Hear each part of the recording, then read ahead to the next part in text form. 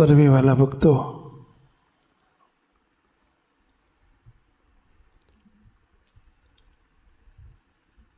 ભગવાનના ભક્ત થયા પછી, ભગવાનનો આશરો સ્વીકાર્યા પછી શરણાગતની સર્વે ચિંતા ભગવાન કરે છે.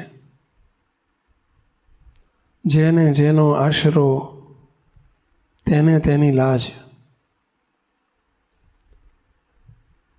જેના થયા એની ચિંતા કરનારા ભગવાન છે. જેમ તમારો દીકરો હોય તો દીકરાની ચિંતા રાખવાની જવાબદારી એના માવતરની છે, એમ આપણે ભગવાનના થયા પછી આપણી સર્વે પ્રકારે ચિંતા કરવાની જવાબદારી એમની છે.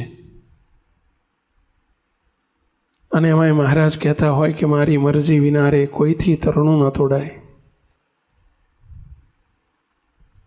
ત્યારે ભગવાન જો કરતા હોય, ભક્તના કર્તૃત્વ ભગવાનનું હોય, તો ઘણી વખત ભગવાનના ભક્તને દુઃખ આવે છે, તકલીફો આવે છે, મુશ્કેલીઓ આવે છે. ત્યારે પ્રશ્ન થાય કે ભગવાનના ભક્તને દુઃખ કેમ, તકલીફ કેમ? જો ધાર્યું એમનું થાય છે તો પોતાના ભક્તની રક્ષા ભગવાન ન કરે? કેમ એને દુઃખ આપે? રાજાના દીકરાને વાંક આવે તો દીવાનની પણ તાકાત નથી કે એને લાફો મારી શકે. રાજાના દીકરાનો વાંક આવે તો એને રાજા જ શિક્ષા કરી શકે. એમ આપણે ભગવાનના દીકરા છીએ. ભગવાન આપણને શિક્ષા કરે છે, પરંતુ શિક્ષાના બદલામાં દુઃખ આવે છે, તકલીફો આવે છે. કેટલાય રોજ હરિભક્તો ફરિયાદો લઈને આવતા હોય છે. કોઈને તનનું દુઃખ આવે છે, કોઈને ધનનું દુઃખ આવે છે, કોઈને જનનું દુઃખ આવે છે. અને કંઈ ના હોય તો છેવટ મનના દુઃખ હોય છે. આધ્યાત્મિક રીતે અંદર કામ, ક્રોધ, લોભ પીડતા હોય છે, કે જે ભગવાનના માર્ગમાં બાધારૂપ છે, વિઘ્નરૂપ હોય છે. પ્રશ્ન એ થાય કે ભગવાનના ભક્તને દુઃખ કેમ આવે છે? ભગવાનનું કરતાપણું હોય તો ભગવાન કેમ પોતાના ભક્તને દુઃખ આપે? પ્રશ્ન થાય. કોઈ માવતર પોતાના બાળકોને દુઃખ આપે? તો ભગવાન આપણા માવતર છે.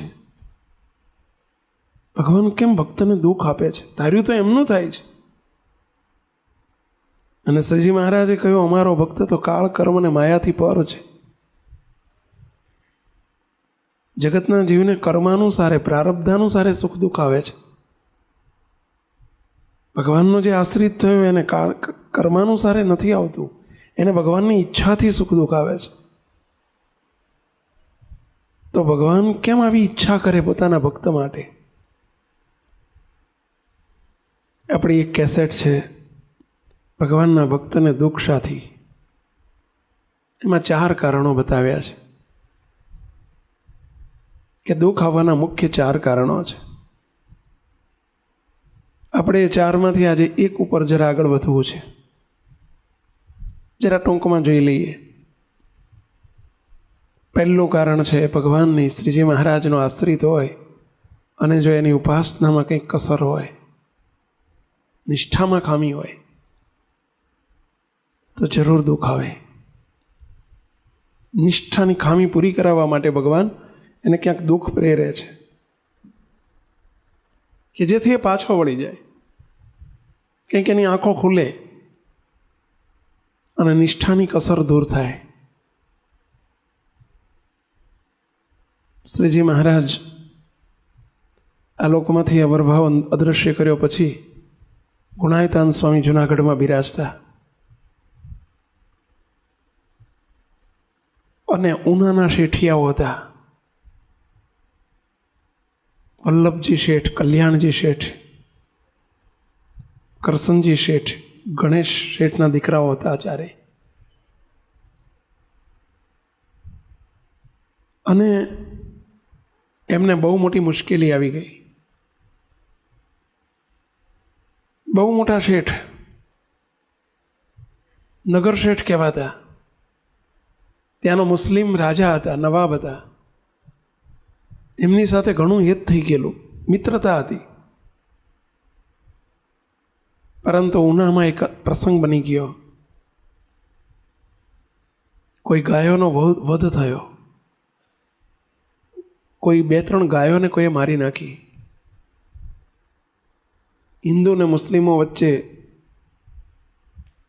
ઝઘડાઓ થઈ ગયા. રાજા નવાબ હતા, એટલે મુસ્લિમ રાજા હતા. 2 પક્ષ થઈ ગયા હિન્દુ મુસ્લિમોના. ગામમાં કોમી તોફાનો થયા. અને એમાં શેઠિયાઓ હિન્દુની પડખે ઊભા રહ્યા. રાજાને ન ગમ્યું અને નવાબે હુકમ કરી દીધો, શેઠિયાઓ તમે ગામ છોડીને ચાલ્યા જાઓ, મારા નગરમાં તમે ન જોઈએ. પહેરે કપડે બધા ધંધા રોજગાર મૂકીને ચાલ્યા જાઓ. લાખો કરોડો રૂપિયાનું એમનું સામ્રાજ્ય હતું, ધંધા હતા, પથરાયેલા ધંધા હતા, અને એને છોડીને ચાલ્યા જાઓ. હુકમ થઈ ગયો રાજાનો. બાપ દાદાનું ગામ, બાપ દાદાનો જૂનો ધંધો, અને તાત્કાલિક છોડીને ચાલ્યા જાઓ. બહુ દુઃખી થઈ ગયા. ચારેય પરિવારો ઉચાળા ભરીને જુનાગઢ ગયા કે આવા સમયે આપણી પાસે એક જ આધાર છે, ભગવાનને સંતનો. નિરાધાર થઈ ગયેલા.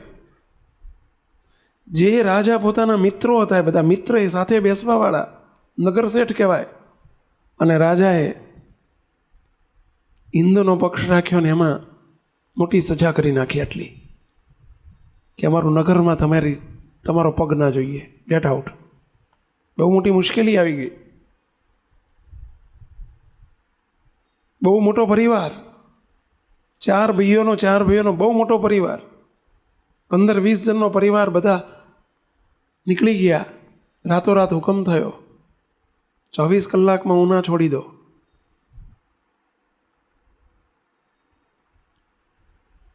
જ્યારે મુશ્કેલી આવે ત્યારે ભગવાનને સંત બહુ યાદ આવે છે. એ વખતે ભગવાન બહુ સાંભળે. આપણે લોકો આમ સંભાળીએ પણ ઠીક છે, માપનું, સમય મળે ત્યારે. પણ જ્યારે મુશ્કેલી આવે ને ત્યારે પ્રાર્થના ખરેખરી થાય, અને ભગવાન પણ બહુ સારા સાંભળે. સાચું છે? હાવ સાચું છે. અમે તો હજારોના અનુભવથી કહીએ છીએ.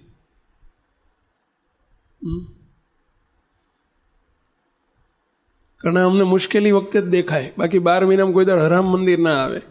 પણ આવે એટલે સમજી જઈએ કે આ બેન કંઈક મુશ્કેલી આવી છે, તો જ આવ્યા હોય. આપણો સ્વભાવ છે થોડો.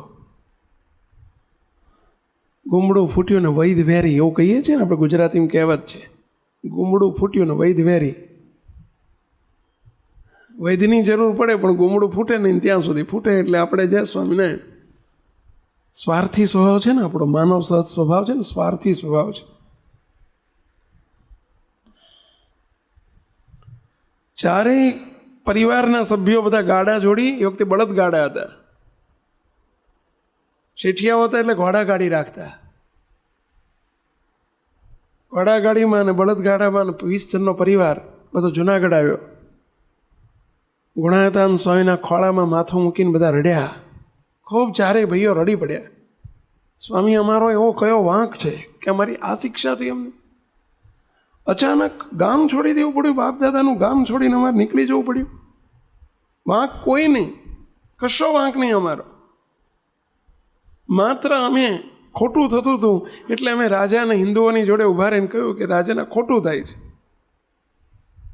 ગાયોની વધ થઈ રહ્યો છે, અને ગૌ હત્યા થઈ છે એટલે અમે સ્વાભાવિક છે હિન્દુ તરીકે અમારા પેટમાં દુખે અને અમે એનો પક્ષ લીધો અને એના બદલામાં અમારી આટલી મોટી સજા. ભગવાને આમ કેમ કર્યું? મોટા પુરુષ અંતર્યામી હોય. સ્વામીએ બધું જાણતા હતા છતાંય સ્વામીએ ધીમે રહીને કહ્યું, બધાને મોકલી દો, તમે ચારેય ભાઈઓ રોકાવો. અને ચારેય ભાઈઓને બેસાડીને સ્વામી પૂછે છે, તમે કહો છો કે અમારો શું વાંક છે? સ્વામીને કે સ્વામી, જો અમને રાજા ફરીથી આદર સહિત જો પાછા બોલાવે અને જો અમારી ઉનાનો પાછો દીકતો ધંધો અમારો પેઢીઓ ચાલુ થઈ જાય તો સ્વામી આ જુનાગઢ મંદિરના શિખર અમે હોનાના કરાવીએ. અરે સ્વામી, અમે આ બારણા સોનાના કરાવીએ. સ્વામી, અમે સિંહાસન હોનાના કરાવીએ. તમે કોઈ સંકલ્પ મુકાવો અમને, પરંતુ અમારું આટલું કામ પાછા અમારા ઉનાની પેઢીઓ હાથમાં આવી જાય તો બહુ સારું. અહીં અમારે શૂન્યમાંથી હવે સર્જન કરવું પડશે, મીંડાથી શરૂઆત કરવી પડશે. સ્વામી જરા હસ્યા. સ્વામી કે હોનાના સિંહાસન કરાવવાની જરૂર નથી, હોનાના બારણા કરવાની જરૂર નથી ને શિખર કરવાની જરૂર નથી. હું કહું એટલું કરો. સ્વામી, આપ કહો એમ કરશું. સ્વામી કે તમારી નિષ્ઠામાં ખામી છે, તમારી ઉપાસનામાં ખામી છે.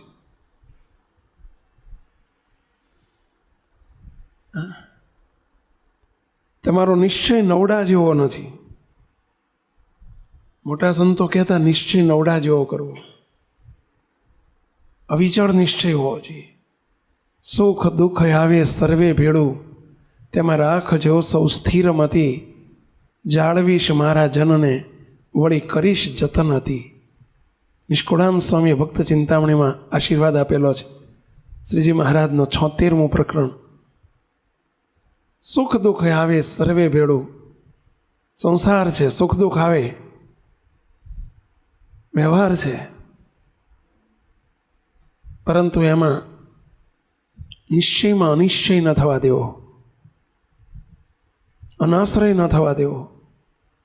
દોરા ધાગા જંત્ર મંત્ર ભુવા ભરાડી આ બધું અનાશ્રય કહેવાય. શ્રીજી મહારાજના આશ્રિતને નિષ્ઠા મહારાજની મજબૂત જોઈએ. સંતો એટલે કહેતા કે નિશ્ચય કરવો તો નવડા જેવો કરવો. નવડો કોઈ દિવસ પોતાનો આંક ન છોડે. નવનો ઘડીઓ બોલો ને તો બધે 9 જ આવે. 9 એકો 9 દો કેટલા થાય? 18. તો 1 ને 8 કેટલા થાય? 9. 9 તરી 27. તો 2 ને હાથ 9. 9 ચોકું 36. તો 3 ને 6 9. 9 પંચું 45. તો 4 ને 5 9. 9 છકે 54. તો 5 ને 4 9. 9 હતું 63. તો 6 ને 3 9.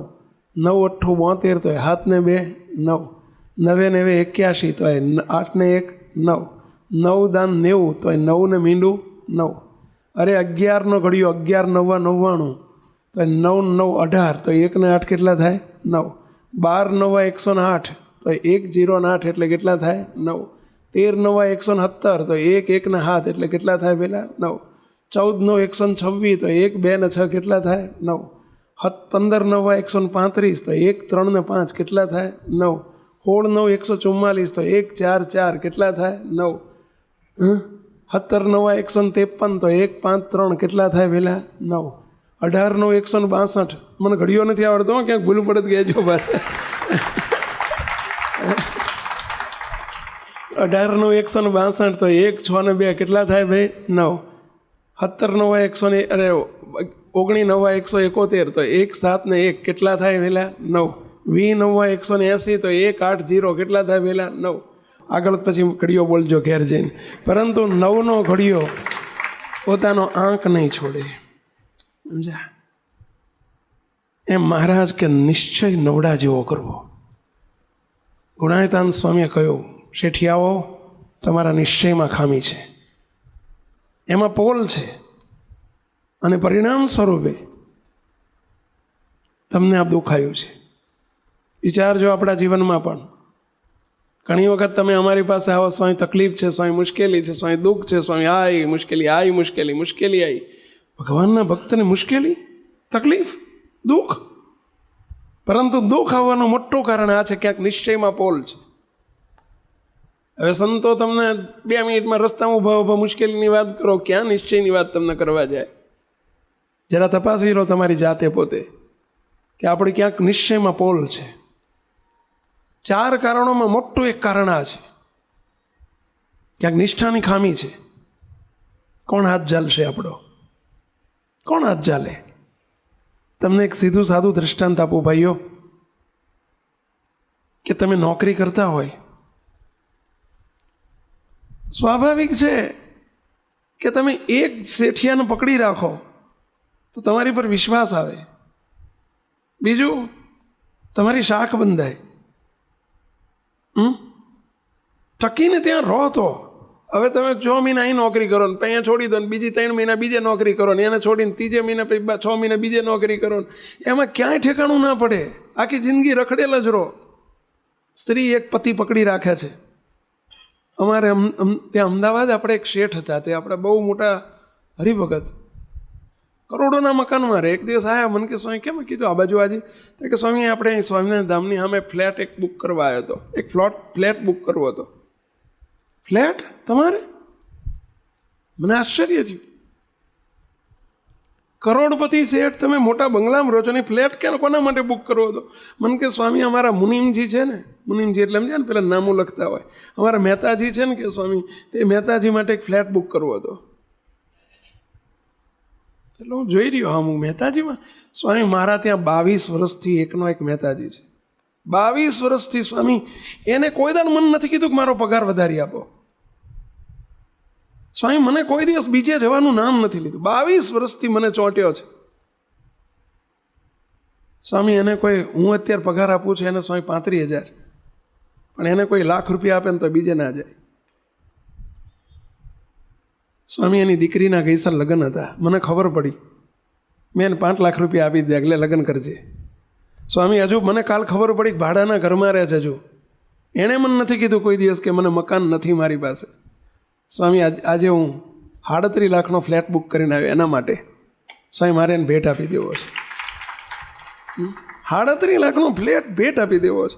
5 લાખ દીકરીના લગ્ન માટે મેં આપી દીધા. પણ આ બધું ક્યારે બન્યું કહેશો? 22 વર્ષથી શેઠિયાને ચોંટી રહ્યો છે ને, એક શેઠિયાને પકડી રહ્યો છે ને. એટલે એક આલોકના શેઠિયા પાસે માગવું નથી પડતું કે શેઠ મને મકાન કરી આપો. શેઠ પાસે માગવું નથી પડતું કે શેઠ મારી દીકરીના લગ્ન આવ્યા છે, મારી ચિંતા રાખો. આ લોકનો શેઠિયો સમજતો હોય તો આ રાજા ધીરાજ મોટા શેઠના શેઠ છે એ ના સમજે પહેલાં? હા, એને ખબર ના પડે કે હું આ માને ચોંટ્યો છે તો હું એને હાચવું? સ્વાભાવિક છે.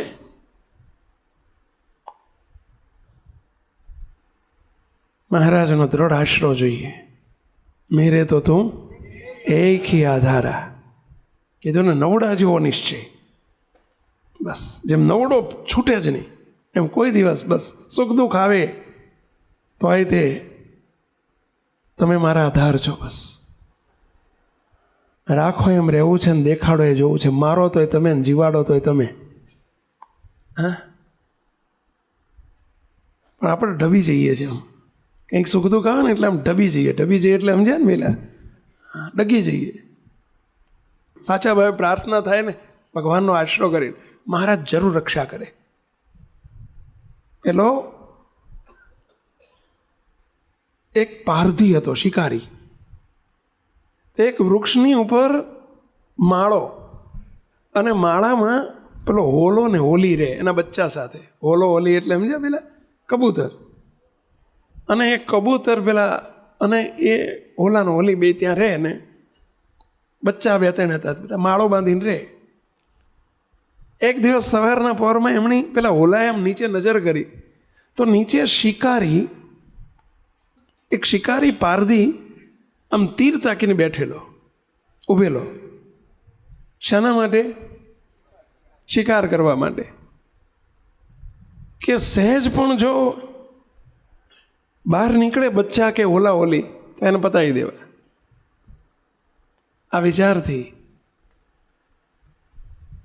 પેલો ઓલો ઓલી આમ એની રાહ જોઈને પેલો શિકારી બેઠેલો. અને એ વખતે ઓલાની નજર નીચે ગઈ. એણે જોયું કે શિકારી શિકાર કરવા માટે ઊભો છે.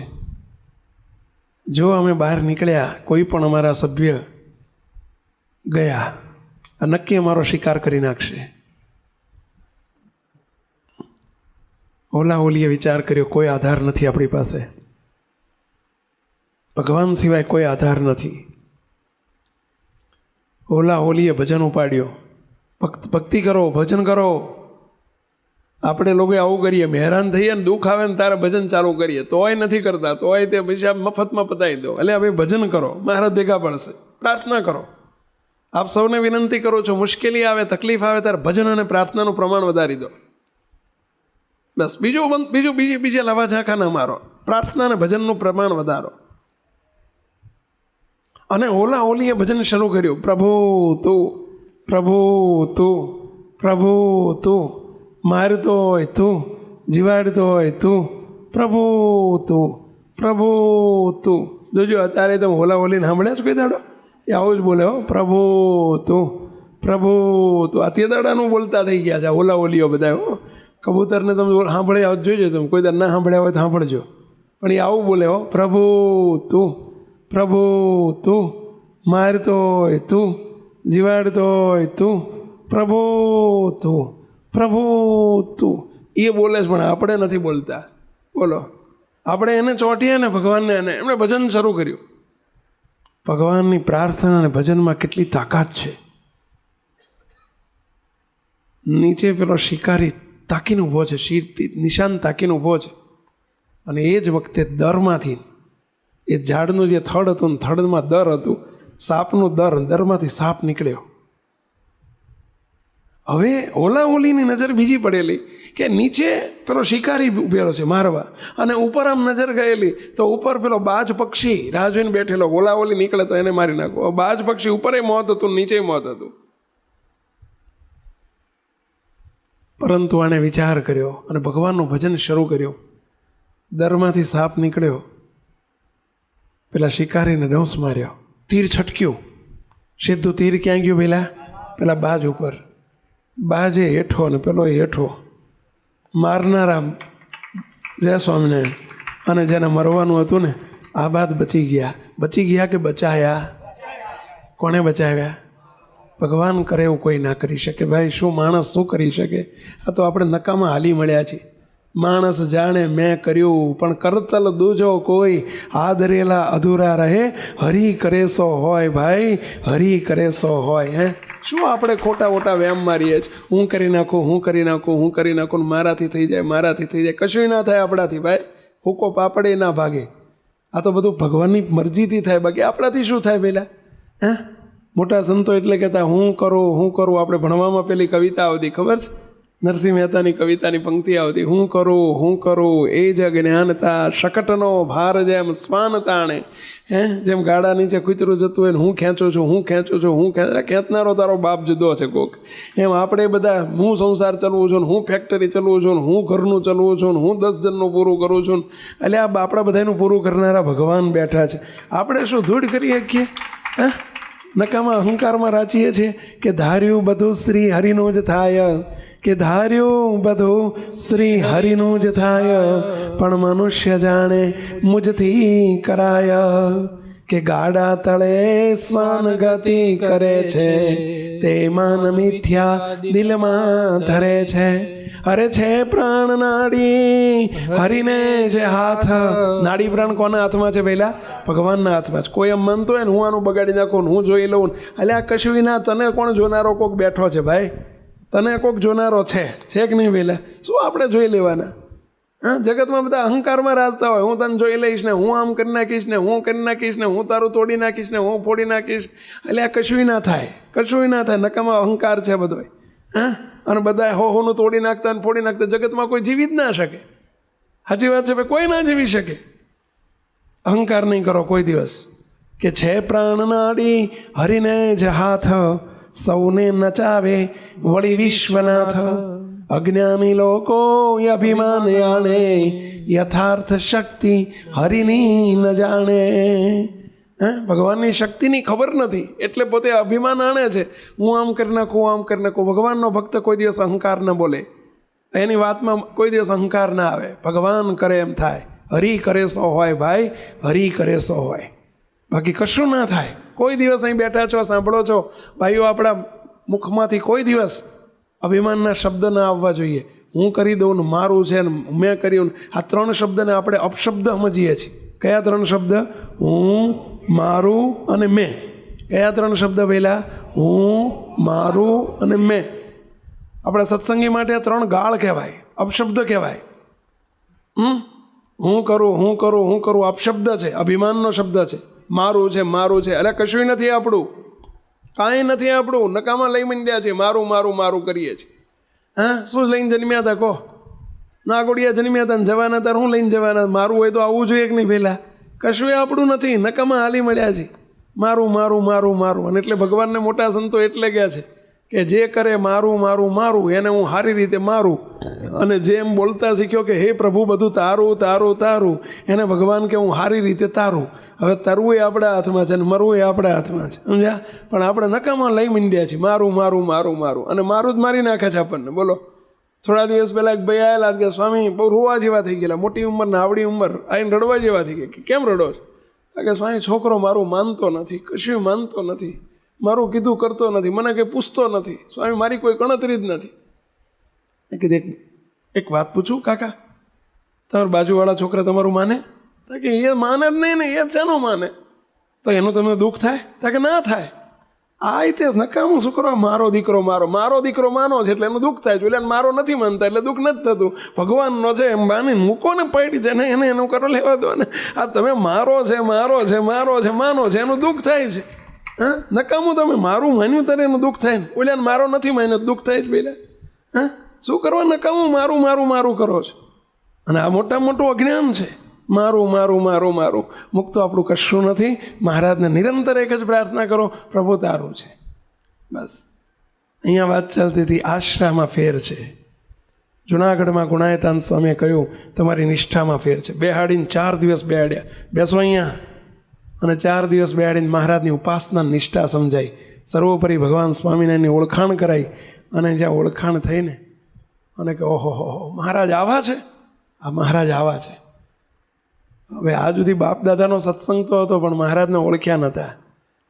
જાઓ ઉના બાજુ તરત પ્રયાણ કરો, પણ કે ભાઈ સાહેબ અમને ઓર્ડર નથી ઉનામાં જવાનો.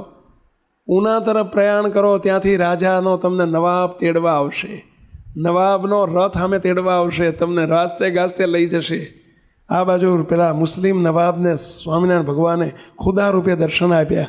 અને દર્શન આપીને કહ્યું વગર વાંક્યા તમારા ચારે શેઠિયાઓને નગરમાંથી કાઢી મૂક્યા છે, માટે એમને વાસ્તે ગાસ્તે તેડી લાવો. અને નવાબ સામે તેડવા આવ્યો. નિષ્ઠાની કસર ગઈ ને એટલે, પણ નિષ્ઠા ભગવાન સ્વામિનારાયણની એમાં કાચું ના રહેવા દેવું. મુક્તો તમને વિનંતી કરું છું, નહીં તો દુઃખ આવશે, તકલીફો આવશે, મુશ્કેલી આવશે. બીજું મોટું કારણ દુઃખ આવવાનું, ક્યાંક પંચ વર્તમાનમાં લોપ થતા હોય, ભગવાનની આજ્ઞાઓ લોપાતી હોય, દુઃખ આવે. અને એમાંય મોટી 2 આજ્ઞા છે. ભગવાન આપણને વ્યવહારમાં ગ્રહસ્થને કહ્યું છે, ગ્રહસ્થની મોટી 2 આજ્ઞા, એક અવેરી વર્તમાન અને એક ચોરી વર્તમાન. આમાં લોપ થાય એટલે દુઃખ આવશે જ, આવશે જ જ જ જ જ જ જ. ચોરી વર્તમાન. ચોરી એટલે તમે કહેશો કે અમે ચોરી નથી કરતા. અરે ઘણા પ્રકારે ચોરી થતી હોય છે. દુઃખ આવશે. પાણીનું પાણીમાં, દૂધનું દૂધમાં, લાંચ, રૂશ્વત, દગા, કપટ, પ્રપંચ, ભેળસેળ, આ બધી ચોરી છે. ભલે પૈસો આપણને બહુ સારો લાગતો હોય છે, પરંતુ કાલે એ પૈસો મુશ્કેલી કરશે જ. તો એક પ્રકારની ચોરી છે. શ્રીજી મહારાજના આશ્રિતે કોઈ દિવસ આ ધંધો નહીં કરવો. અબજી બાપાની વાતોમાં પણ લખ્યું છે કે જે લાંચ રૂશ્વતથી ઘરમાં પૈસો આવે તો એનું કલ્યાણ બગડી જાય છે, એવું મહારાજ બોલ્યા છે, મોટા પ્રભુ મુક્ત બોલ્યા છે. એનું કલ્યાણ બગડી જાય છે અને આ લોકમાંય દુઃખ આવે છે.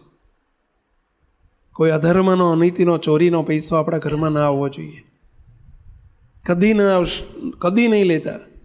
કોઈ ભેળસેળ કોઈને ખબર નથી પડતી. તમે કહેશો, ઘણા કહેતા હોય છે કે સ્વામી પણ આજના જમાનામાં આવું કરીએ તો જ કમાવાય, નહીં તો કમાવાય જ નહીં, રોટલા બી કંઈ ના થઈએ. ઘણા આવું અમને આર્ગ્યુમેન્ટ કરતા હોય છે.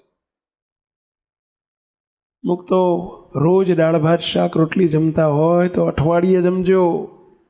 તમતાર શાક રોટલી ખાઈને દાડા કાઢજો, પરંતુ કોઈ દિવસ અનીતિનો પૈસો, અધર્મનો પૈસો, ખોટો પૈસો આપણા ઘરમાં પેસવા ન દેશો.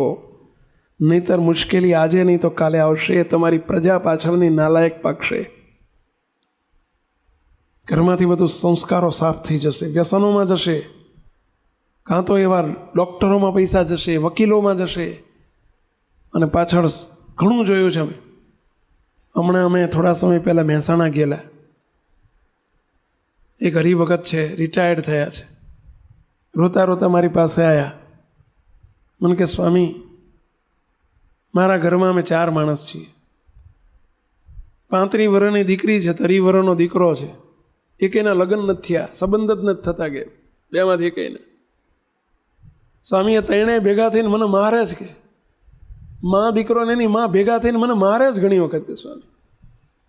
એક પકડી રાખે ને 2 જોડવા માંડે, કાં તો 2 પકડી રાખે ને બીજું ત્રીજું મારવા માંડે કે સ્વામી મને મારે છે. બિચારા રોવા માંડે. હવે અમે થોડા સમય પહેલાં એમના ઘેર ગયેલા કે તમારું ઘર બંગલો તો બહુ મોટો છે, 5 કરોડના બંગલામાં રહો છો તમે દુઃખી છો? સંસારનું ચિત્ર જોજો. મને કે સ્વામી મારા જેવો કોઈ દુઃખી નહીં હોય કે બંગલામાં રહું છું પણ કે રાતે ઊંઘી નથી આવતી પૈસા, કોઈ મારું માનતું નથી, મને મારે જ કે 5 કરોડના બંગલામાં રહેનાર પણ બહુ દુઃખી છે. એનું કારણ પૈસો ખોટો આવ્યો છે, અનીતિનો પૈસો આવ્યો છે. અને પૈસો ખોટો આવ્યો છે એટલે દુઃખી છે. જે પૈસો આપણને નિરાંતે ઊંઘવા ન દે, નિરાંતે સુખ ન લેવા દે, એ પૈસાને શું ધોઈ પીવો છે? મહેરબાની કરીને બેઠેલા નાના મોટા બધાને વિનંતી કરું છું, કોઈ ચોરીનો, અધર્મનો, અનીતિનો, કોઈને ડૂબવીને દુખવીને એવો પૈસો આપણા ઘરમાં ના લાવશો. એ તરે તમને બહુ દુઃખી કરશે. આજે નહીં તો કાલે બહુ તકલીફ આવશે. મહેરબાની કરીને આ માનજો. અમારું કંઈક જોયા છે આમાં.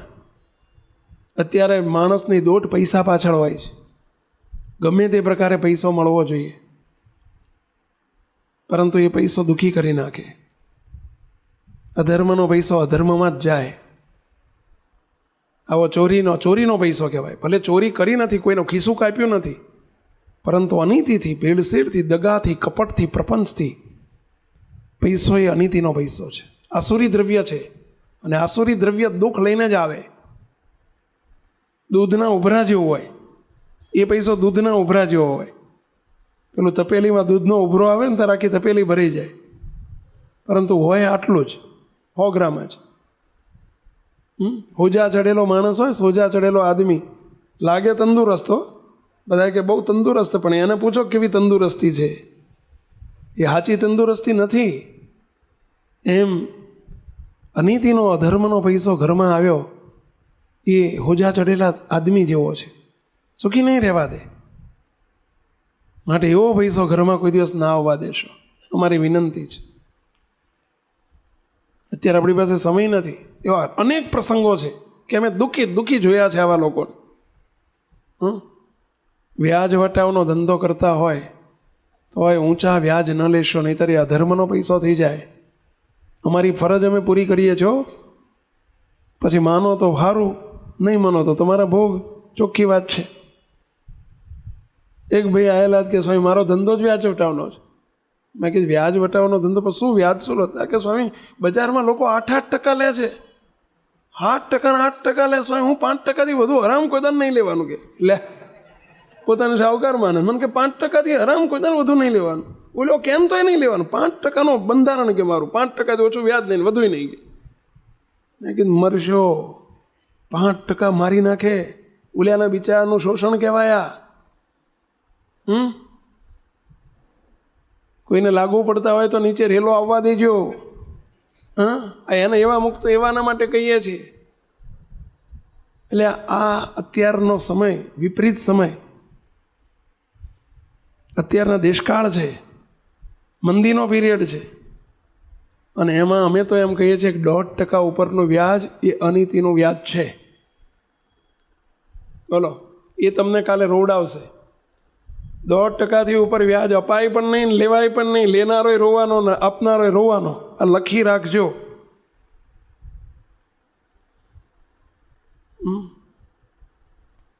મહેરબાની કરીને એ પૈસો સુખી નહીં થવા દે. આપણે લોભમાં જતા હોઈએ છીએ, અને લોભિયા હોય ત્યાં ધુતારા, શું કહેવત છે ને કંઈક, શું ભૂખ્યા ના મારે.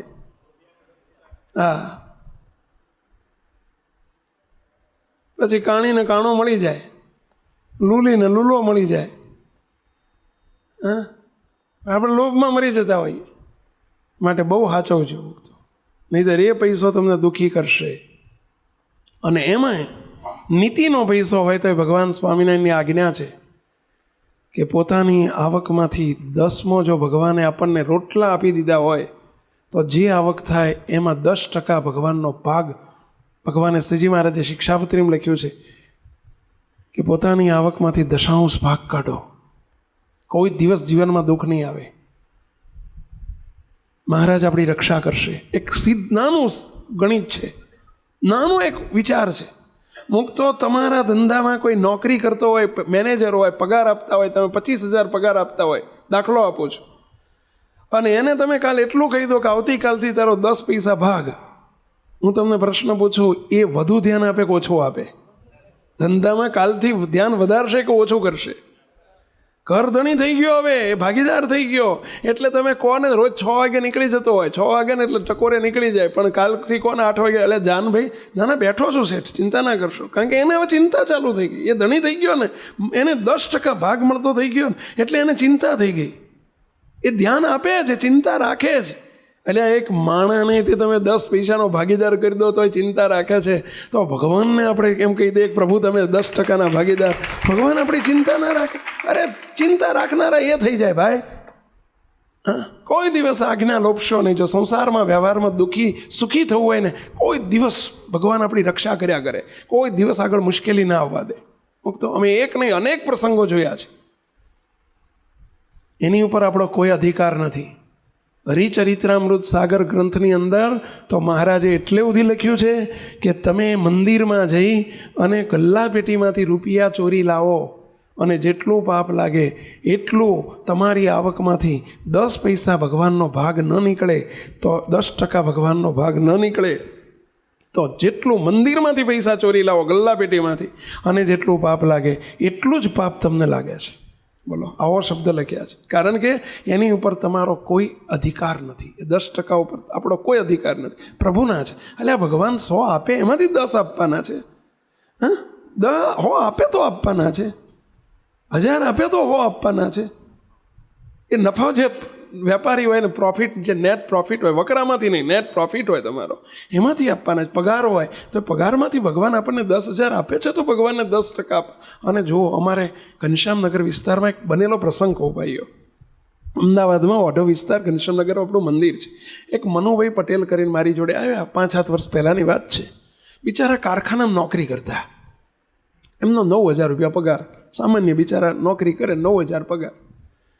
એક દિવસ આયા કે સ્વામી બહુ તકલીફ છે. મેં કીધું શું સ્વામી? 9,000 પગાર છે, પછી માંડ પૂરું નથી થતું. દર મહિને સ્વામી 2,000 ખૂટે છે, દર મહિને 2,000 તૂટે છે. મેં કે શેઠને કોને જરા પગાર નથી વધારી દેતા? કે સ્વામી શેઠ તો બિચારા, ફેક્ટરી અમારી એટલી મોટી નથી, શેઠ તો એમનું મંદી છે તો એમને હાચવ્યા છે, એટલું અમારા માટે સારું છે કે અમને હાચવ્યા છે. બીજી ફેક્ટરીઓમાં કેટલાને છૂટા કરી દીધા, અમને છૂટા નથી કર્યા. એટલે સ્વામી શેઠને તો બહુ કહેવાય એવું નથી.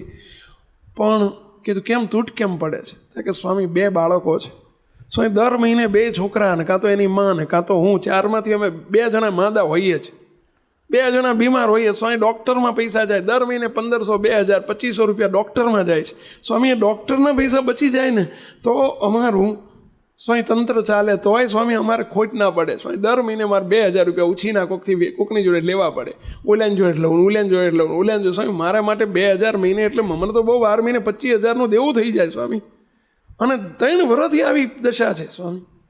તે મહિને 25 વર્ષે 25,000નું દેવું થતું જાય છે. અને હવે તો વ્યાજે લેવા પડે છે. મેં કીધું તમને સુખી થવાનો ઉપાય બતાવો. એમ કે સ્વામી બહુ સારું તો પૈસા મેં કીધું તમને મનાશે? સ્વામી આપ કહો એમ કરીશ. મેં કીધું એક કામ કરો, તમારો 9,000 પગાર છે ને એમાંથી 5% શ્રીજી મહારાજે આજ્ઞા કરી છે કે પોતાની આવકમાંથી 10%, અને જો વ્યવહાર દુબળો હોય તો 5%, 20 ભાગ દર મહિને તમે 450 રૂપિયા ભગવાનનો ધર્માદો કાઢો. ભગવાનને ઘેર ખોટ નથી. તમારા 450થી કે મંદિરો બનવાના નથી, પરંતુ મહારાજની આજ્ઞા પડશે તો મહારાજ તમારી રક્ષા કરશે. મન કે સ્વામી તમે જેમ મને કીધું પણ હું તમને ગણાવું. સ્વામી દર મહિને 2000 તૂટે છે, 2500 તૂટશે કે સ્વામી 2000 તૂટે છે ને તોય મારે 450 જો હું ધર્માદો કાઢું મારે 2500 તૂટશે. મેં કીધું તમે 2 મહિના અખતરો કરો, 2 મહિના અખતરો કરો. ખતરા વગરનો અખતરો છે. તમને 2 મહિનામાં તમને વધુ નુકસાન 900 રૂપિયાનું દેવું વધશે ને 1000 રૂપિયાનું દેવું વધશે ને, ચલો 900 રૂપિયાનું દેવું વધશે એવું જાણીને તમે અખતરો કરો. તમને ઠીક લાગે 3 મહિને કાઢજો, નહીં તો બંધ કરી દેજો. બસ તમે ભગવાનની આજ્ઞા તો પાડો. એમણે કહ્યું સ્વામી આવતા મહિને નક્કી. ચલો 3 મહિના પછી એમનો ફોન આવ્યો. મને કે સ્વામી આ 3 મહિનાથી છોકરાને દવાખાનું જ બંધ થઈ ગયું. સ્વામી દર મહિને હું જે મારી 2-2.5 રૂપિયા હું લાવતો હતો બહારથી લેવા પડતા હતા. સ્વામી દવાખાનું બંધ થઈ ગયું સ્વામી. અને 450 ધર્માદો કાઢું છું તો હવે સ્વામી મારે 1 પૈસો તૂટતો નથી. બધા દવાખાનાના પૈસા બંધ થઈ ગયા 3 મહિના. એટલે આ રક્ષા કોણે કરી? પહેલાં મહારાજે કરી. એટલે આ શા માટે આપણે દવાખાનાના ઇન્જેક્શન ખાવા અને ગોળીઓ ખાવી અને એના બદલે જો ભગવાનની આજ્ઞા પાડીને ભગવાનની સેવા કરીને જો આપણે હાજર રહેતા હોય તો વાંધો શું? મુક્તો અહીં બેઠેલાને પણ હું વિનંતી કરું છું, તમે 3 મહિના તમ તાર અખતરો કરજો અને તમે જોજો તમ તાર કંઈ નુકસાન આવે તો બંધ કરી દેજો. બસ ભગવાનની આજ્ઞા પાડજો. આ ભગવાનની આજ્ઞા છે. મુક્તો કોઈ દિવસ દુઃખ નહીં આવે. શ્રીજી મહારાજ ગઢપુરમાં સભા કરીને બેઠેલા અને ગામોગામના હરિભક્તો આવતા હતા. એમાં એક ગામના 10 હરિભક્તો આવ્યા તે મહારાજને દંડવત કર્યા. દર્શન કરવા જોડે ગયા તે મહારાજ જોઈ રહ્યા. ભક્તો ઉભારો કયા ગામના છો? મહારાજ ફલાણા ગામથી આવ્યા છે.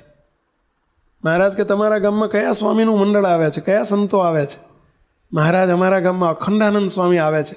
12 મહિનામાં 2-3 વખત આવે છે અખંડાનંદ સ્વામી. મહારાજે બૂમ પાડી, એટલે અખંડાનંદ સ્વામી ક્યાં બેઠા છે? સંતો 500-700 સાધુ બેઠેલા. સંતો અખંડાનંદ સ્વામી ક્યાં બેઠા છે? સંતોમાં. અખંડાનંદ સ્વામી ઊભા થયા. મહારાજ અહીં બેઠો છું. મહારાજ કે અહીં આવો. બોલાયા અને મહારાજ કે અખંડાનંદ સ્વામી આ ગામના હરિભક્તોને તમે ઓળખો છો? તો કે હા મહારાજ હું જઉં છું ને એ ગામમાં. મહારાજ કે સ્વામી આ બધા એના કપડાં જુઓ, આ બધા એના લુગડા જુઓ. તમે થીગડાવાળા લુગડા પહેર્યા છે, ફાટલા લુગડા પહેર્યા છે. તમે આ હરિભક્તોને ગરીબ કેમ રાખ્યા છે?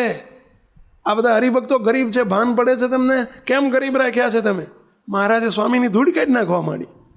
બોલો સ્વામી કે પણ મહારાજ હું શું કરું? મારો શું વાંક છે? તમે મને ટેડકાવો છો?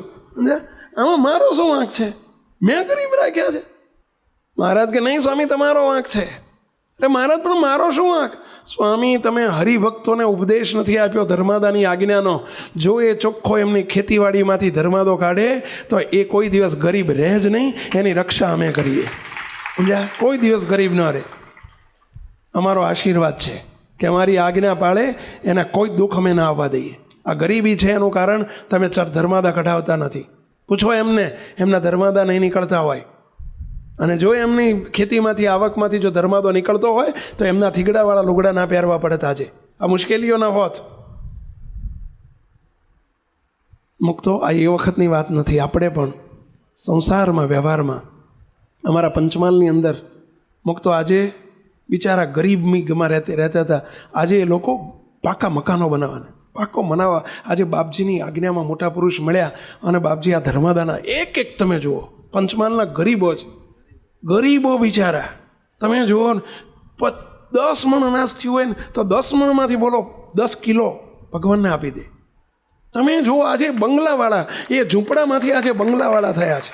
અમે એક નહીં ઢગલાબંધ જોયા છે, ઢગલાબંધ આજે બંગલાઓ બંધાયા છે. એટલા બધા સુખી મહારાજે કર્યા છે બધાને. આજે એક નહીં અમે અનેક જોયા છે. શરૂઆત નાનાથી થઈ હોય. અમારા ટીસી પટેલ છે, આપણા હરિભગત છે ટીસી પટેલ, અમદાવાદમાં છે. એમની કેમિકલની 4 મોટી ફેક્ટરીઓ છે. તો મને યાદ છે 1984માં એ આપણા કોન્ટેક્ટમાં આવેલા. એ આખો પરિવાર 3 ભાઈઓનો પરિવાર છે. ટીસી પટેલ, કેસી પટેલ, બીસી પટેલ, 3 ભાઈઓ છે. એમને બાપજી આજ્ઞા કરેલી વખતે કે ટીસી તમે તમારી એક નાનકડી ફેક્ટરી હતી, હાવ નાની, 200 વાર જગ્યામાં નાની ફેક્ટરી કેમિકલની કરેલી એમણે. બાપજી પધારેલા હું જોડે હતો. મને યાદ છે આ દિવ્ય પુરુષે કહ્યું કે ટીસી તમે તમારી આવકમાંથી ધર્માદો કાઢજો. અને બાપજીએ શબ્દ બોલ્યા હતા, હજુ મને યાદ છે. બાપજી કે આ ફેક્ટરી બહુ નાની પડશે, તમારે આવી ઘણી ફેક્ટરીઓ થશે, આપ નાની પડશે આ જગ્યા. બાપજીએ જોડે એટલે કહી દીધેલું ધર્માદો કાઢવાનું ચાલુ કરજો અને બીજી જગ્યા શોધવાનું ચાલુ કરજો, બીજી મોટી ફેક્ટરી શોધવાનું ચાલુ કરજો. બોલો એવા આશીર્વાદ આપ્યા. હજુ મને એ શબ્દો યાદ છે. 200 વારની ફેક્ટરી, 200 વારની જગ્યામાં ફેક્ટરી કરેલી. બાપજી કે હજુ તમારે 1000 વારે નાની પડશે, ચાલુ કરી દેજો. એ વખતે એમને પૂછ્યું કે તમારી આવક કેટલી? અને મને યાદ છે એમણે દર મહિને 300નો ધર્માદો ચાલુ કરેલો. 3000 રૂપિયા કમાતા હતા એ વખતે, 3000 રૂપિયા મહિને. બાપજી કે તમે 300 ચાલુ કરજો. 1984માં 300થી શરૂઆત થયેલી. અમને 1987માં 5000 વારની જગ્યા લીધી અને એમાં ફેક્ટરી એમણે કરેલી 87માં, 3 જ વર્ષ પછી. આજે એમની જોડે 4 મોટી મોટી જાયન્ટ વટવાની અંદર મોટી ફેક્ટરીઓ છે. ભાવનગર મંદિરનું લગભગ 6-6.5 કરોડના ખર્ચે ફક્ત એ એક જ ડોનર છે, એમણે આખું મંદિર બનાવ્યું છે. અને દર મહિને એ સિવાય તમે જુઓ તો શું હવે જાહેર સભા શું કહું, એ સિવાય લાખો રૂપિયાનો આજે ધર્માદો કાઢે છે. એ કે સ્વામી મને ખબર જ નથી પડતી, આખી દુનિયાને મંદી આવી, મારે મંદી આવી નથી ને આવવાની નથી. બોલો મહારાજની આજ્ઞા પડે છે. આજે એમના પરિવારો જુઓ તમે, એક છોકરા જુઓ કેટલા સંસ્કારી, એટલા ગુણિયલ, આખો પરિવાર એટલો ગુણિયલ. મુક્તો સુખી થવું હોય તો કોઈ દિવસ ભગવાનની ચોરી ના કરશો. ઘણી વખત આપણને લોભ વૃત્તિ હોય કે ભાઈ આટલું બધું આપી દેવાનું, એટલે ભગવાન આપે છે તો આપવાનું. કોઈ દિવસ એમાં લોભ ના કરશો, નહીંતર આજે નહીં તો કાલે પૈસો આપણને હેરાન કરશે, દુઃખી કરશે. કાં તો ડૉક્ટરોમાં જશે, કાં તો વકીલોમાં જશે, કાં તો કોર્ટોમાં જશે, કાં તો કચેરીઓમાં જશે, કાં તો હળગી જશે, કાં તો તૂટી જશે, કાં તો બળી જશે, કાં તો ગલાઈ જશે, સમજ્યા? અને ક્યાં તો હલવાઈ જશે ને કાં તો શેરના કાગળિયા થઈ જશે. સમજ્યા? અને આવું જોયું છે મેં ઘણી વખત, આવું બને છે. એ કેમ થાય છે? આ મહારાજની આજ્ઞા લોપવાથી. એ આજ્ઞા ના લોપશો કોઈ દિવસ, ભલા થઈને ના લોપશો. તમારી સેવાથી મંદિરો ચાલે છે એવું ના સમજશો. મંદિર માટે નથી કહેતો, તમને સુખી કરવા માટે કહું છું. તમારો વ્યવહાર સદાય સુખી રહે. અને તમે પાછા વકીલ અમને જ રોકવાના છો. મુશ્કેલી આવે ને ત્યારે અમારી જોડે જ રોતા રોતા આવવાના છો. અને વકીલ અમને જ રોકવાનો, સ્વામી તકલીફ આવે. એ તમારી તકલીફો બંધ થાય ને અમારી વકીલાત બંધ થાય. આ એટલા માટે અમે કહીએ છીએ સાહેબ. ત્રીજો કારણ, દુઃખ આવવાનું મોટું કારણ, અવેરી વર્તમાનનો લોભ. અવેરી વર્તમાન એટલે બ્રહ્મચર્ય. તમે ગ્રહસ્થમાં છો, તમારું પણ બ્રહ્મચર્ય જોઈએ.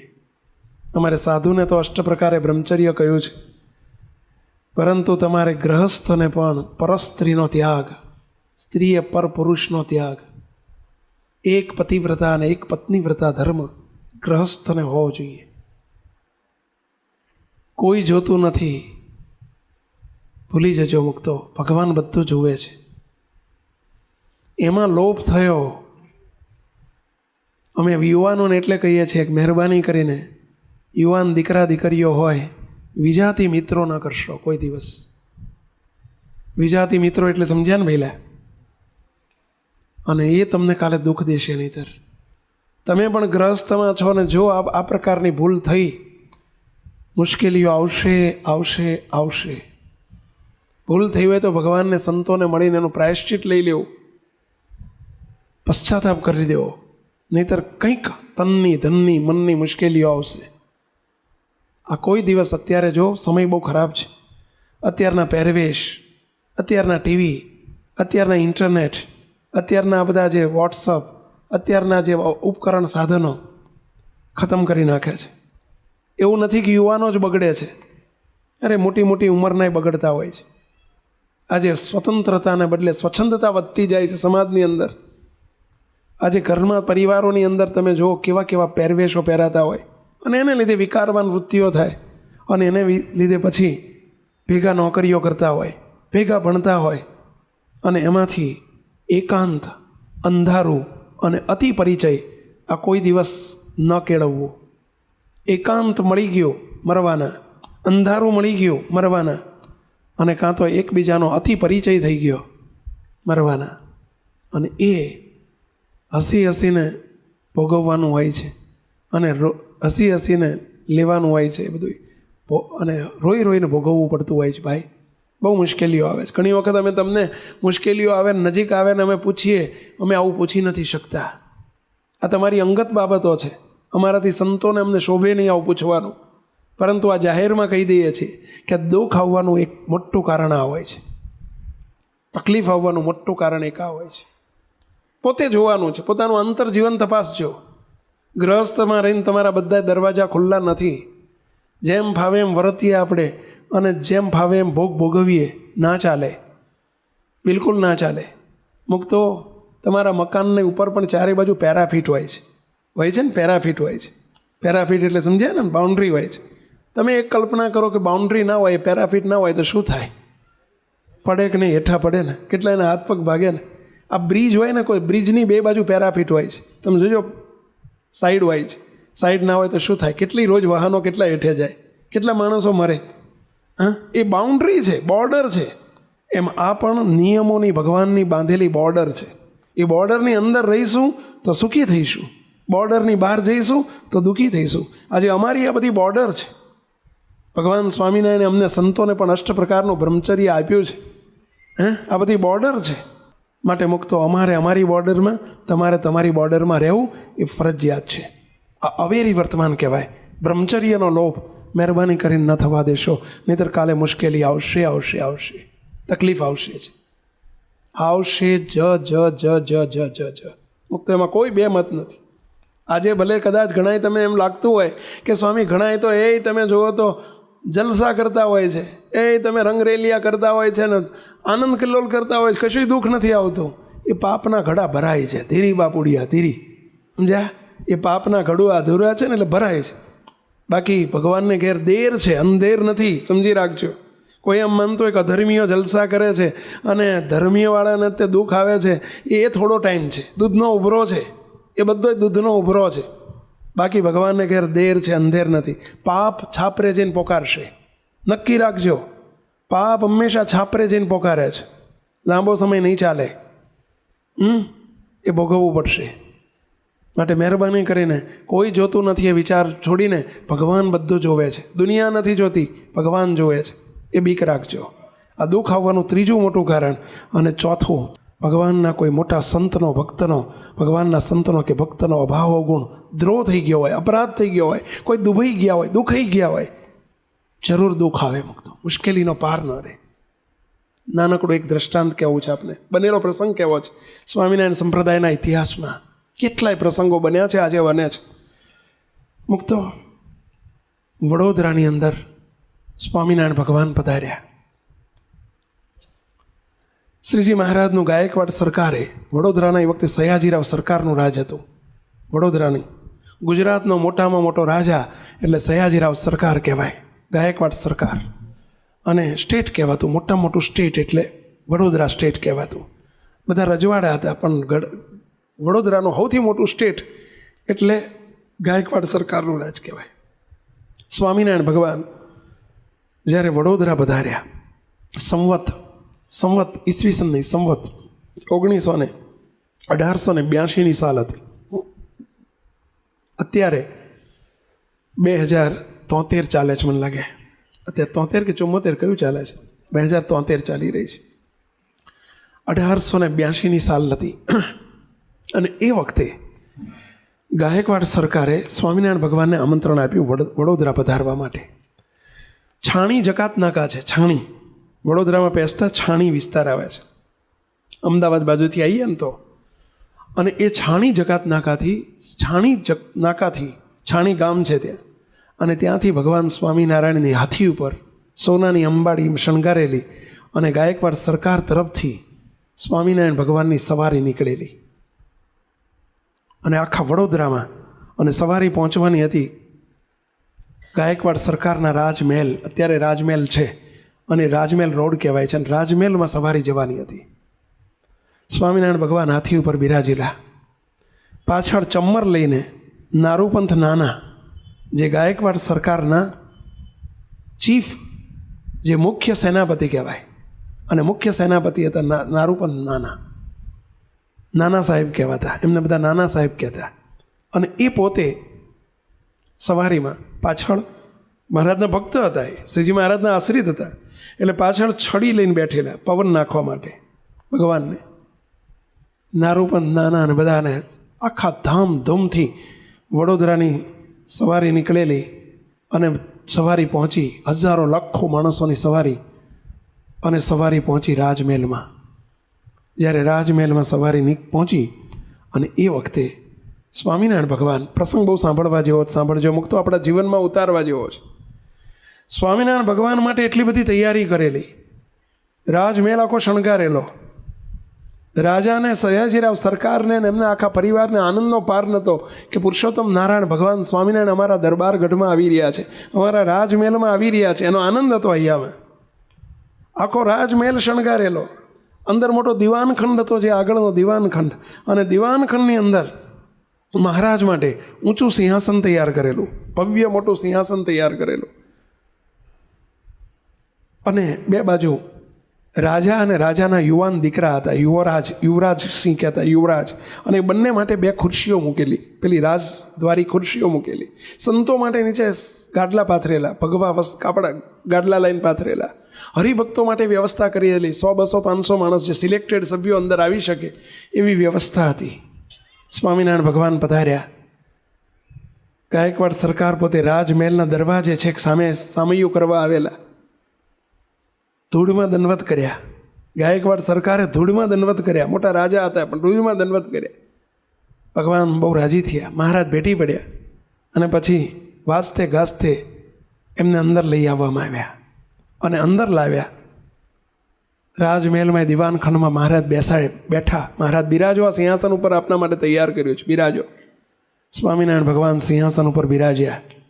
મહારાજ કે રાજન, તમે આ ખુરશી ઉપર બેસો. યુવરાજ, તમે આ ખુરશી ઉપર બેસો. બે બાજુ બે ખુરશીઓ મૂકેલી, મોટી રજવાડી ખુરશીઓ.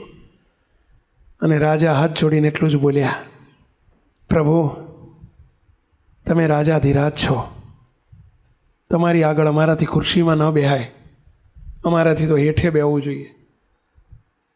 એમ કરીને નીચે બેસી ગયા. મહારાજ કે તમે ગુજરાતના રાજા કહેવાય, તમે ગુજરાતના નાથ કહેવાય, માટે ઉપર બેસો.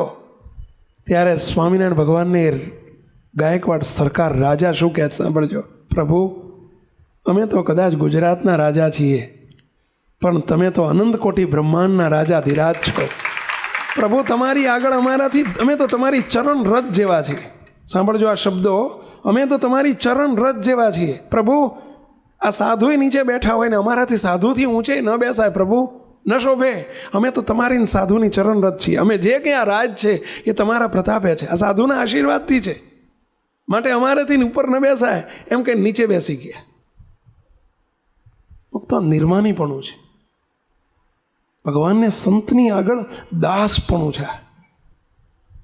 ગમે તેવા મોટા હોઈએ તોય પણ આપણે ભગવાનના સંતના ચરણ રથ છીએ ભાઈઓ. કોઈ દિવસ આપણને પોતાના પૈસાનું, પોતાની દ્રવ્યનું, પોતાની સંપત્તિનું માન ન હોવું જોઈએ. બીજે રાજા, ભગવાનને સંતની આગળ આપણે રાજા નથી, સાહેબ બહાર. ભગવાનને સંતની આગળ સાહેબ નથી, એના તો દાસ છીએ, દીકરા છીએ. સંતોની આગળ, ભગવાનની આગળ કેવી, અમે મહારાજ તમારી ચરણ રથ છીએ એમ કંઈ નીચે બેસી ગયા. મહારાજ બહુ રાજી થયા અને પછી બાથમાં ઘાલીને ભેટ્યા. મહારાજ બાથમાં ઘાલીને ભેટ્યા, ઊભા કરીને, બેસો. બહુ રાજી થઈ ગયા, દાસપણું જોયું ને એટલે રાજી થઈ ગયા. પછી મહારાજ કહે છે, રાજન, સરકાર, અમારી પાસે માગો, તમે માગો એ આપીએ. શ્રીજી મહારાજ એમ કહે છે કે અમારી પાસે માગો, તમે માગો એ આપીએ. અને ત્યારે સ્વામિનારાયણ ભગવાન કહે છે, ગાયકવાડ સરકાર, એક નહીં, મારે તમારી પાસે 3 વચન માગવા છે. શું? પહેલું, અને માગે છે કે પહેલું, અમારે વડોદરામાં મંદિર કરવું છે, જગ્યા આપજો. મંજૂર છે, ચલો. વડોદરાની આજુબાજુ અમારા સંતોને ઘણો ત્રાસ મળે છે. સંતોને ત્રાસ આપવામાં આવે છે. ગામો ગામ અમારા સંતોને મારે છે, ઢોર મારવામાં આવે છે. એ ત્રાસથી દૂર થાય, ત્રાસ દૂર થાય એવું કરો. મંજૂર, ત્રાસ દૂર થઈ જશે. અને જોડે ઉભેલા નારૂપંથ નાના, જે ગાયકવાડ સરકારના ત્યાં સરસેનાપતિ હતા. સરસેનાપતિ એટલે સમજ્યા ને, મુખ્ય સેનાપતિ. અને એ બાજુમાં ઊભા પંખો નાખે મહારાજને. મહારાજે નારૂપંથ નાનાનો હાથ ચાલીને બાગળ લાયા અને એમનો હાથ ગાયકવાડ સરકારના હાથમાં આપ્યો. સરકાર, આ નાના સાહેબને તમે સાચવજો. તમે એમનો હાથ તમારા હાથમાં હોપું છું, એમને સાચવજો. પેલી 2 વાત તો સમજાણી, પણ બધાને બેઠેલાને આટલું ન સમજાણું કે નારૂપંથ નાનાનો હાથ ગાયકવાડ સરકારના હાથમાં હોપ્યો અને એમ કહ્યું કે અમને સાચવજો. નાના સાહેબને પોતાને ખબર ન પડી કે આવું કેમ કર્યું. સભામાં બેઠેલાને કોઈને ખ્યાલ ના આવ્યો કે આવું કેમ કર્યું. ગાયકવાડ સરકારને ખ્યાલ ના આવ્યો કે આવું કેમ કર્યું. ભગવાને એમનો હાથ મારા હાથમાં કેમ આપ્યો. પણ મહારાજે મર્મમાં ભગવાન કરતા હોય ને એની પાછળ કોઈક મર્મ હોય. અને હાથ સોંપીને કહ્યું કે આને તમે સાચવજો, જિંદગી પર્યંત સાચવજો. બીજું કંઈ કારણ તો ન પૂછ્યું, પણ ગાયકવાડ સરકારે ભલે પ્રભુ જરૂર સાચવીશ આટલું વરદાન આપ્યું. ત્યાંથી ભગવાન થોડો ટાઈમ બેસીને સત્સંગ કરીને ત્યાંથી મહારાજ નીકળી ગયા પધરામણી પતાવીને. હવે સાંભળજો શું થયું. ગોપાળાનંદ સ્વામી, સ્વામિનારાયણ ભગવાનના સમર્થ સંત ગોપાળાનંદ સ્વામી વડોદરાના ગુરુ કહેવાય. અને ગોપાળાનંદ સ્વામી થકી જ વડોદરામાં સત્સંગના પાયા નખાયેલા. ગોપાળાનંદ સ્વામી કાયમ વડોદરા જતા. સ્વામિનારાયણ ભગવાન આ લોકોમાંથી અંતર્ધ્યાન થયા, વરભાવ દ્રશ્ય કર્યો. અને પછી પણ ગોપાળાનંદ સ્વામી કાયમ વડોદરા જતા. વડોદરામાં નારૂપંથ વડોદરાના નાથ ભક્ત બહુ ગરીબ હરિભગત હતા, પરંતુ બહુ પ્રેમી હતા, ખરેખરા ભગત હતા. સ્વામિનારાયણ ભગવાન નાથ ભગતના ઘેર કાયમ માટે ઉતરતા અને સંતો ગોપાળાનંદ સ્વામી પણ આ નાથ ભગતના ઘેર ઉતરતા. સંતો વડોદરા જાય ને ત્યારે નાથ ભગતના ઘેર ઉતારો કરતા. બહુ ગરીબ હતા, વ્યવહારે ગરીબ હતા, પરંતુ દિલ રાજાધિરાજ જેવું હતું. સમજ્યા? ઘણાના વ્યવહાર રાજાધિરાજ જેવા હોય પણ દિલ આવડા હોય, ગરીબ હોય, હાવ દિલથી ગરીબ હોય. અને ઘણા દિલથી રાજાધિરાજ હોય, ભલે પૈસો ના હોય. આ નાથ ભગત એવા હતા. એમનો વ્યવહાર દુબળો હતો, પણ મારા સંતો ઘેર આવે ને, ઘરમાં રોટલા ના હોય ને, બોલો એવી સ્થિતિ હોય, ઘરમાં રોટલા ના હોય, પણ એમને એટલો વિશ્વાસ, મારા સાધુ મારા ઘેર હોય ક્યાંથી. અને સંતોને 2 ઘઉં તેડવા જાય, 2 ઘઉં મૂકવા જાય, પોટલા લેવા જાય. એ વખતે ચાલીને આવવાનો જમાનો, ક્યાં ગાડીઓ હતી. બોલો એટલો બધો હૈયામાં આનંદ આખા ઘરનાને, મારા સાધુ મારા ઘેર હોય ક્યાંથી, મારા સાધુ મારા ઘેર હોય ક્યાંથી, મારા સાધુ. અને 12 મહિનામાં 300 દિવસ, 360 દિવસમાંથી 300 દિવસ એવા હોય કે એમના ઘેર 5 સાધુ 5-10 સાધુ હોય ને હોય જ. 300 દિવસ હો. એનું એમને દુઃખ નહોતું, હૈયામાં આનંદ હતો, મારા સાધુ મારા ઘેર હોય ક્યાંથી. તમને એમ થશે કે આટલો બધો સંતોની સેવા કરતા તો એ વ્યવહાર દુબળો કેમ હતો? મૂકતો તો એમને પૈસા તો વ્યવહાર તો સારો કરવો જોઈએ, સંતોના આશીર્વાદ ના મળવા જોઈએ. મૂકતો બસ ભગવાન જેને પોતાની મૂર્તિ આપવી હોય ને અને રાજીપો આપે, એટલે આલોકના પૈસા બહુ આપે છે એટલે રાજીપો નહીં સમજવાનો ભાઈ. હા, બહુ પૈસા હોય ને તો ભગવાન બહુ ના સાંભળે. સમજ્યા?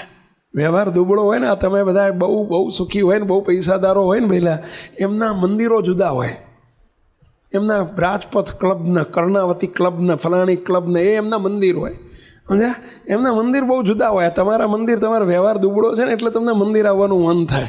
બાકી બહુ પૈસો હોય ને એટલે દુનિયામાં ડાપણમાં દુઃખ બહુ પામ્યો. એ તો ધન્યવાદ છે આ શેઠિયાઓને કે આવીને બેઠા છે. બહુ ધન્યવાદ છે, ધન્યવાદ આપું છે એમને. નહીંતર બહુ અઘરું છે. બહુ પૈસો થાય ને પછી ભગવાનમાં પાટો ગોઠે ને બહુ અઘરું છે. સમજ્યા? પણ પ્રભુનું મનાય કે અમારું નથી, આ બધું પ્રભુનું છે. અમે તો નિમિત્ત માત્ર છીએ તો થાય. હા, નહીતર કશું ના મેળ પડે ભાઈ. અને બીના કેવી બની સાંભળજો.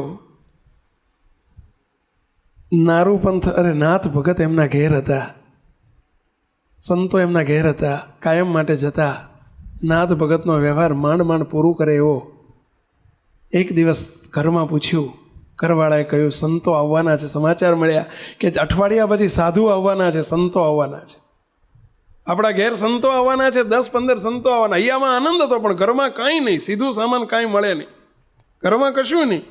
એટલે નાથ ભગતે વિચાર કર્યો કે જે થાય એ ખરું, પણ સંતો આપણા ઘેર હોય ક્યાંથી. એટલે એમને એક દૂધની ભેંસ હતી. એમના ત્યાં દૂધની ભેંસ હતી. દૂધની એટલે સમજ્યા ને, પેલા દૂધ આપતી હોય ને દૂધની કહેવાય. અને બહુ સારી ભેંસ હતી. એમણે જાહેર કર્યું, બધા 10-15 હરિભક્તોને કહ્યું કે ભાઈ મારે ભેંસ વેચવાની છે, કોઈને લેવી હોય કહેજો. કારણ કે કેમ વેચવાની હતી? વેચવા કેમ કાઢી?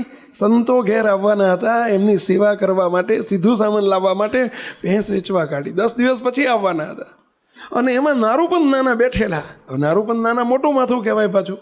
મોટું માથું એટલે સમજ્યા ને, પેલા માથું મોટું એટલે આમ મોટું આવડું મોટું એમ નહીં, પણ પેલું રાજમાં મોટા સર સેનાપતિ એટલે મોટું માથું કહેવાય. સમજ્યા? એટલે એમણે કહ્યું કે નારૂપંથ નાના બેઠેલા સાંભળ્યું. હવે એમને ભેંસની જરૂર હતી એટલે એમણે કહ્યું કે ભાઈ તમે બીજાને વેચવાની હોય તો હું લઈ લઉં. કેટલી કિંમત મૂકીશ તમે? કેટલા લેવા છે? કે 30 રૂપિયા. એ જમાનામાં 30 રૂપિયા એટલે બહુ મોટી કિંમત કહેવાતી હો. તો કે 30 રૂપિયાની કિંમત મૂકી છે તો 30 રૂપિયા હું આપી દઈશ. કંઈ વાંધો નહીં, તમે લઈ જાઓ. મારે ત્યાં સંતો આવવાના છે ને ઘરમાં તકલીફ છે એટલે આ ભેંસ વેચવા કાઢી છે. એ સીધેમાંથી હું સીધું સામાન લઈશ અને સંતોને રાજી કરીશ. કેવો એવો ચોખ્ખો કયો.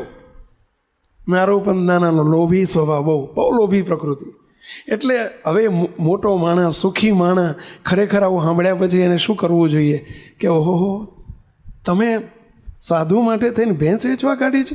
પૈસા હું મદદ કરીશ, હું સેવા કરીશ, મને આ વખતની સેવા આપજો, એવું કેવું છે. પણ લોભી બહુ. પેલી ચમડી તૂટે પણ દમડી ના છૂટે, એના જેવો સ્વભાવ. માઇકમાં તેલ પડી હોય ને તો આમ નીચોઈને કાઢી લે એવો સ્વભાવ. બોલો.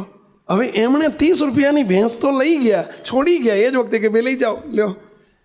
હવે બીજો દિવસ થયો, પૈસા બાકી રાખ્યા, પૈસા આપી દઈશ તમને. બીજો દિવસ થયો, ત્રીજો દિવસ થયો, ચોથો દિવસ થયો, 5મો દિવસ થયો. રોજ સત્સંગમાં આવે પણ પૈસા લાવે નહીં ને. હવે મોટા માણસ જોડે મગાય નહીં, નાના જોડે મગાય, મોટા જોડે મગાય નહીં. ઉપાધિનો પાર નહીં. આ બહુ તકલીફ મોટાની હો. હાચવો ભેલા. આપણે મોટાથી હોય ને ભગવાને કર્યા હોય ને તો મોટા માનવું નહીં આપણને, આપણી જાતને હો. નહીં તો બહુ ઉપાધિનો પાર નહીં. હા, બહુ મોટા મનાઈ જાય ને તો બહુ ઉપાધિનો પાર નહીં. એનું બહુ સાચવવું પડે, મોટાનું બહુ સાચવવું પડે, નાનાનું કશું સાચવવું ના પડે. એટલે મોટા થઈને અહીં આવવું જ નહીં. ભગવાનના દરબારમાં આપણે નાના થઈને આવવું, નાના જ થઈને આવવું, એમાં મજા છે. મોટા સંતો દ્રષ્ટાંત આપતા કે પેલો જોજો તમે, પેલી નદીમાં 2 કાંઠે પૂર આવ્યું હોય અને નદી 2 કાંઠે વહેતી હોય અને જબરજસ્ત નદીમાં ફ્લડ આવ્યું હોય અને એમાં 2 બાજુ, અરે નદીની અંદર પેલા તાડના કે મોટા ઝાડ કે વૃક્ષો આવી જાય ને, પણ જ્યારે ભયંકર પૂર આવ્યું હોય, બોલો એને ભોંય ભેગા કરી દે કે ના કરી દે? મૂળમાંથી ઉખાડી નાખે. બોલો એને ઉપાડી જાય.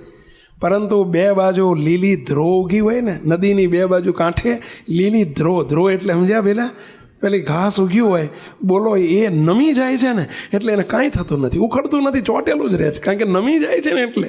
અને ઓલા તરુ જેવા આમ ઊભા હોય, તાડ જેવા, એટલે એને ઉપાડી જાય. એમ ભગવાનને સંતોની આગળ ધ્રો જેવા થવું, તાડ જેવા ના થવું. મહેરબાની કરીને સત્સંગમાં આપણે નિર્માનીને દાસ થવા માટે આવીએ છીએ. હવે આ નારૂપંથ નાના ને કહેવાય નહીં પૈસાનું. મોટા માણસ ઉઘરાણી કેવી રીતે કરવી 30 રૂપિયા માટે? સમજ્યા? હવે એમના માટે 30ની કોઈ કિંમત નથી, પણ નાથ ભક્તને તો બિચારાને 30 રૂપિયા એમના માટે મોટી રકમ હતી. હવે સાધુને આવવાના દિવસો ભરાઈ ગયા અને પૈસા આવે તો એમાંથી સીધું સામાન લાવે. 4 દાડા થયા, 5 દાડા થયા, 7 દાડા થયા. નારૂપંથ નાના હંભારે જ નહીં પૈસાનું. નાથ ભગત મૂંઝાય અંદર કે હારું માગીશ તો ઊંધું પડશે, નથી માગતો તો આપવાનું એમને હોય જ નથી પડતી. બહુ ઉપાધિ જ અમારે ઘણી વખત આવું થતું હોય છે, બહુ મૂંઝવણ હોય છે ભાઈ, તમને ખબર ના હોય પણ આ મોટા માણાની બહુ હાચવ કરવું પડે, બહુ હાચવ કરવું પડે. લ્યો સમજ્યા, નાનાનું તમારે કશું નહીં, એને વિચાર કંઈ નહીં, બેહાડો તો ભલે, ના બેહાડો તો ભલે, વાંયા આવીને બે જાય તો કશું નહીં, એને કશું નહીં, અને હાર આપો તોય ભલે, ના આપો તોય ભલે, ને કશું નહીં. હા, અને બધ બાકી મોટાનું બહુ સાચવવું પડે. ભગવાનને સંતની આગળ મોટા ના થવું કોઈ દિવસ, સમજ્યા. હવે નારૂપંત નાનાને, અરે આ નાથ ભક્તને ચિંતા થઈ, 8 દાડા થઈ ગયા, 2 દાડા બી સંતો આવવાના થયા. અંતે તે બીતા નાથ ભગતે સભા છૂટીને એક બાજુ લઈ જઈને નારૂપંત નાના સાહેબ, પૈસા પેલી ભેંસ વેચી છે ને, સાધુ આવવાના હતા ને પૈસાની જરૂર હતી ને એટલે આપી છે. પૈસા જો લેતા આવો તો કાલ, અથવા હું આવીને ઘેર આવીને લઈ જાઉં. પૈસા મારે સીધું એ પૈસા આવે તેમાંથી સીધું આવે, અને સીધું આવે તો સંતોનું હાચવી શકીશ, નહીં તો હું જમાડીશ શું. પેલા પૈસાની વ્યવસ્થા કરી આપો ને. બીતા બિચારા ગભરાતા એક બાજુ લઈ જઈને, જાહેરમાં નથી કીધું, એક બાજુ લઈ જઈને પૈસા માગ્યા. અને નારૂપંત નાનાનો પિત્તો ગયો એમનો. પિત્તો એટલે સમજ્યા ને પેલા આસમાને, અને જેમ ફાવે એમ ગાળ્યો દીધી, અપરાધ કરી નાખ્યો. નાથ ભક્તને એટલા ઉતારી પાડ્યા, તે મારી જોડે પૈસા માગ્યા. ભક્તનો અપરાધ થઈ ગયો, ગાળ્યો દીધી આવીને આવી, હલકા શબ્દ બોલાયા. નાથ ભક્ત અંદર બહુ દુભાઈ ગયા, અપરાધ થઈ ગયો. મેં જરૂર હતી ને માગ્યા હતા, અને એ ક્યાં મેં મફત માગ્યા છે. બહુ દુભ્યા આ પાપે કરીને. આ પાપ ભગવાનના ભક્તનો અપરાધ, એના જેવો મોટો કોઈ પાપ નથી.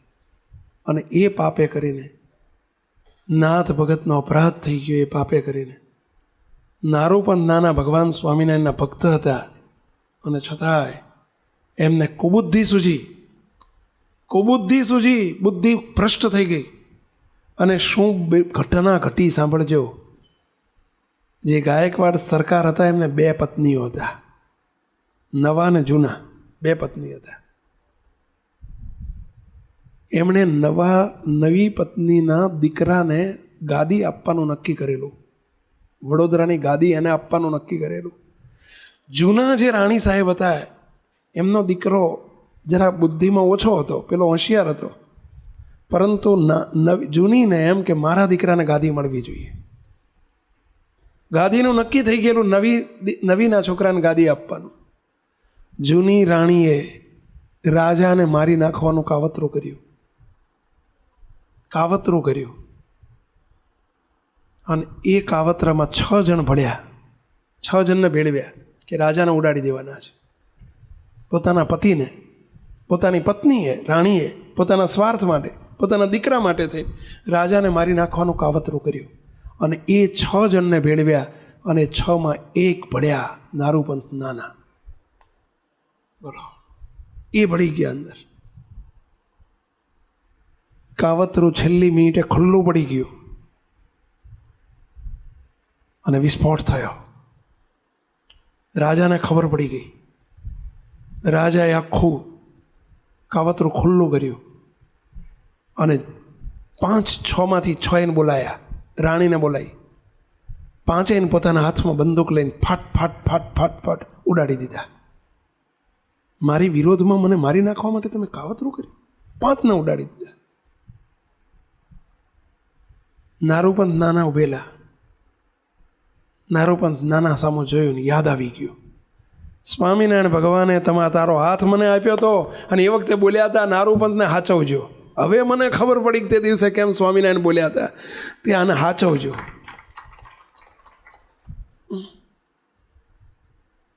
સ્વામિનારાયણ ભગવાનને મેં વર આપેલો છે, મેં પ્રોમિસ કરેલી છે, હું તને ઉડાડી નથી મૂકતો, નોકરીમાંથી છૂટો કરું છું, પણ તને હું આની જેમ શિક્ષા નથી કરતો, તું આને લાયક છો. સ્વામિનારાયણનો ભગત થઈને ત્યાં આ ધંધો કર્યો, તને આ કુબુદ્ધિ સૂજી. પણ એ કુબુદ્ધિ સૂજવાનું કારણ શું હતું ખ્યાલ આવ્યો પેલા? ભગવાનના ભક્તનો અપરાધ. ખ્યાલ કરજો, કોઈ દિવસ આ લાઈને ચડશો નહીં આપણે, નહીતર કુબુદ્ધિ સુજાડનાર પણ ભગવાન છે, સુબુદ્ધિ સુજાડનાર પણ ભગવાન છે. રાણીને તો દિવાલમાં જીવતી રાણીને દિવાલમાં ચણી દીધી. બોલો, દિવાલમાં ચણી દીધી.